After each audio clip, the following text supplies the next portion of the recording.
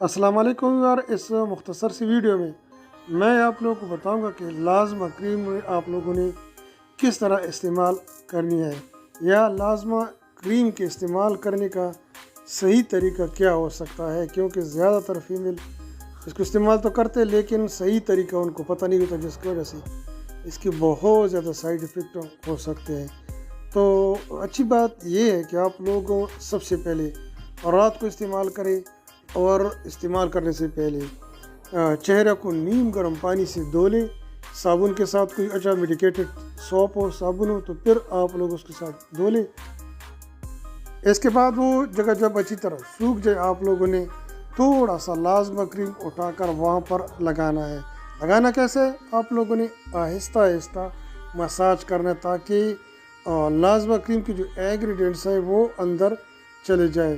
اس کے بعد آپ لوگوں نے پوری رات اسی طرح اس کو چھوڑنا ہے۔ صبح سویرے آپ لوگوں نے دوبارہ نیم گرم پانی کے ساتھ اس کو دھونا ہے۔ روزانہ آپ لوگ اسی طرح دن میں صرف ایک بار استعمال کریں، وہ بھی رات کو استعمال کریں۔